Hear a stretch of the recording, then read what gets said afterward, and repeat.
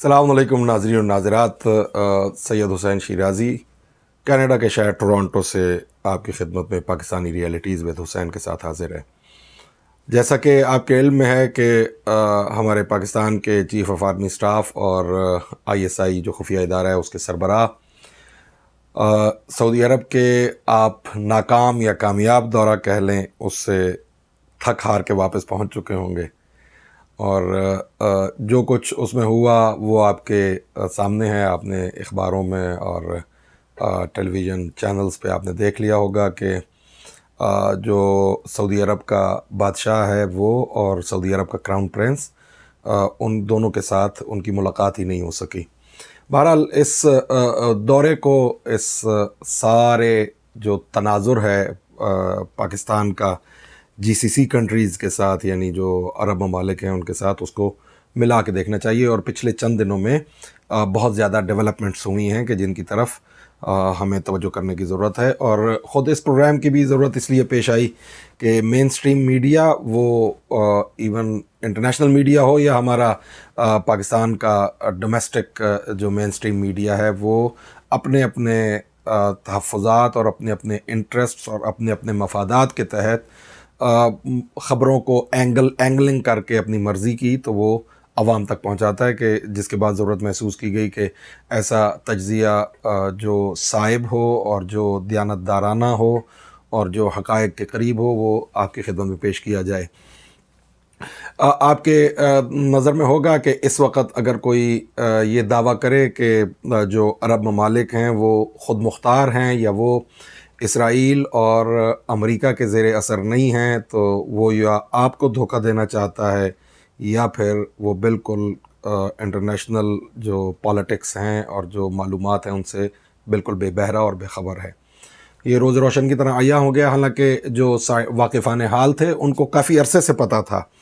کہ پچھلے ایک ڈیکیڈ سے زیادہ یہ جو خلیجی ریاستیں ہیں یہ اسرائیل کے ساتھ باقاعدہ رابطے میں تھیں، اور امریکہ تو خیر ان کے آپ بیانات ان کے بھی سنتے رہتے ہیں، اور ان کے دورے اور جو ان کے وزٹس ہیں ان خلیجی ممالک میں وہ بھی آپ کی نظر سے گزرتے ہوں گے۔ جو اس وقت سینیریو ہے اور جو میدان اس وقت سج رہا ہے، آپ اس کو میدان کہہ لیں یا بلاک کہہ لیں یا آپ معاشی بلاک کہہ لیں، نظریاتی تو ہو نہیں سکتے چونکہ نظریے جدا جدا ہیں، تو ان کو اگر آپ دیکھیں تو آپ کو بڑے سامنے دو تین چیزیں نظر آتی ہیں کہ ایک طرف ایک بلاک ہے کہ جو امریکہ، اسرائیل اور یہ خلیجی ریاستیں، یعنی اس میں UAE ہو گیا، بحرین ہو گیا، قطر ہو گیا، سعودی عرب ہو گیا۔ سعودی عرب سب سے ان سب کو لیڈ کر رہا ہے، جو مطلب اس بلاک میں جو یوں سمجھ لیں کہ پیراسائٹ گورنمنٹس ہیں یا منارکیز ہیں، ان کو جو ہیڈ کر رہا ہے وہ آل سعود کا خاندان ہے۔ تو یہ ایک بلاک ہے جو اسرائیل، امریکہ اور یہ خلیجی بادشاہتیں، یہ ایک بلاک ہے۔ اب ایک نیا بلاک جو شاید جو انٹلیکچوئلز ہیں وہ اس کی طرف توجہ دلا رہے تھے بہت عرصے سے کہ یہ ایک اور بلاک تشکیل پائے گا جس کو ایک معاشی بلاک ہوگا، اور جو بڑا اسٹریٹجک ہوگا وہ چائنا، ایران، پاکستان اور ترکی وغیرہ کے ممالک ہیں جو کہ آپ کے سامنے ہیں۔ اس میں جو ایک کارنر سٹون تھا اور جو بہت بنیادی چیز تھی وہ پاکستان تھی، کہ پاکستان ایک بڑی مشکل صورتحال میں چلا آ رہا تھا، اور بظاہر اس کا جو ٹلٹ تھا اور جو اس کا جھکاؤ تھا وہ اسی بلاک کی طرف تھا کہ جو امریکہ اور خلیجی ریاستیں، اس وقت اسرائیل کا کھل کے نام نہیں لیا جاتا تھا، لیکن اسرائیل پس پشت اور پس پردہ، اور یہ ایک بلاک یہ تھا۔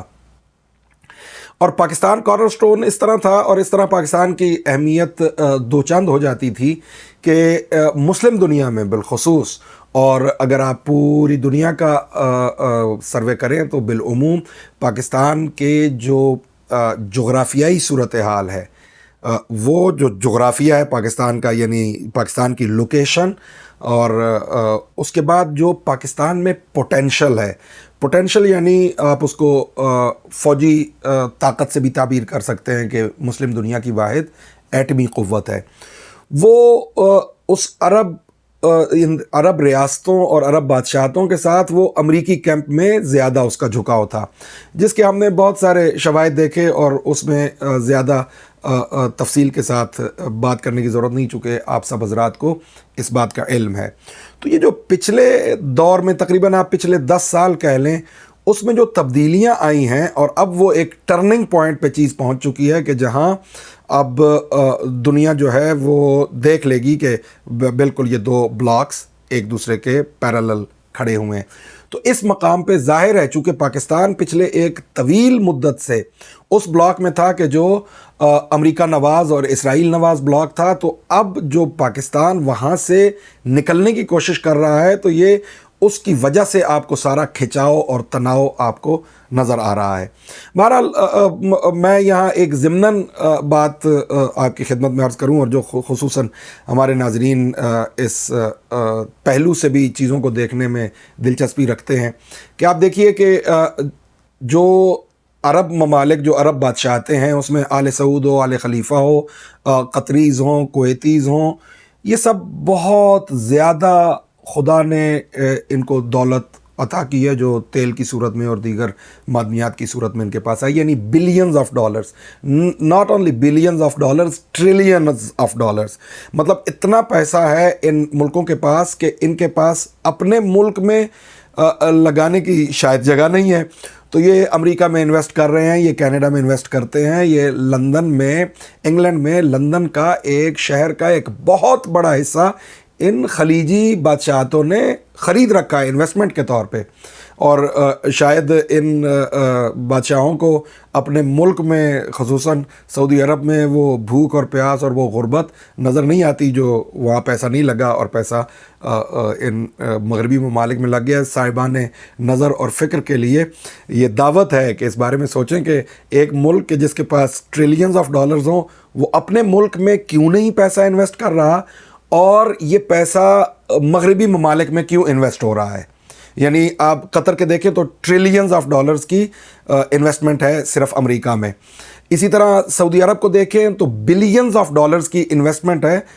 امریکہ میں۔ تو یہ جو باہر انویسٹ کرنا اور قومی دولت کو باہر لے جانا،